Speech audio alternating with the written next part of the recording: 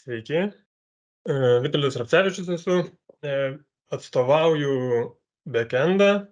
Bitę baigiau Java, bet kaip reklamoj sako, atsitiko gyvenimas ir paruošiau šitą pristatymą su C#. Šitas nedidelė aplikacija čia yra desktopinė ir skirta galbūt arba vadybininkui, arba ten projekto vadovui. Ir kadangi atstovauju statybos sektorių, tai pasirinkau būtent tai, kas susijęs su statybom ir pristatau, sakykime, profiliu. Tai pirmiausia, lange matome, su kokiu projektu mes dirbame, arba tiksliau, kokiu norime projektu, kad būtų dirbta. Ir atitinkamai tada nuėjus, pasirinkus, žinoma, pagal projektą, sukrenta, iš kokių medžiagų tas mūsų profilis yra sudarytas.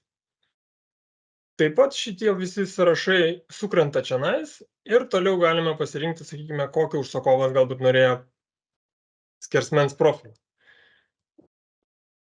Taip pat atsiranda subtilybės tokios arba priedai, kaip tas pats profilis, kuris yra vamzdinis, jisai gali būti arba stačiakampis, arba kvadratinis.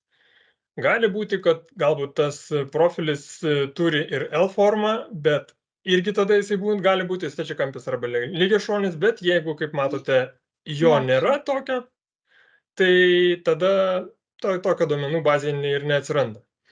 Kai mes susikarpame visus šitos produktus, atitinkamai mes galime tada juos valdyti. Pradedant nuo pačio ten kliento, nežinau, sakykime, turime mūsų Petras, tai mes galime užėjus čionai, sakykime, nematome jokios medžiagos, tai mes ją galime susikurti, pavyzdžiui, stiklas, šiuo atveju jisai gali būti galbūt netgi tonuotas, tai tiesiog yra padengimas, jeigu ne, tai paliekam tokį, jį galim susikurti. Ir jeigu norėtumėm, kaip sakiau, kad papildomai atsirastų taip stiklas, tada atsirastų kokia nors forma, tai sakykime, jis gali būti apvalus.